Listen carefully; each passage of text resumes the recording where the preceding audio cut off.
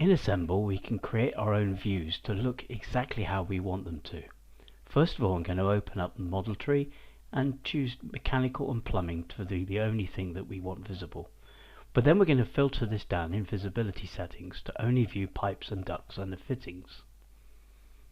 Next thing we need to do is group these how we want them grouped. So we're going to create a new grouping. In this case we're going to choose classification, category name, and family name, and finally type name. And this will group these in this order.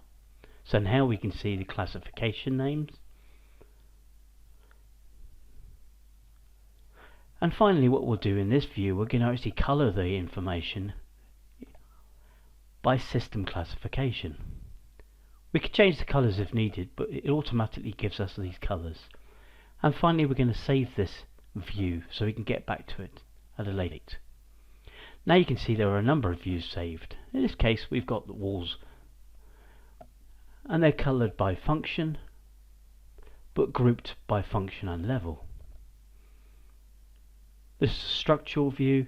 We're only looking at steel, and it's grouped again by the actual steel name. And finally our view that we created a second ago.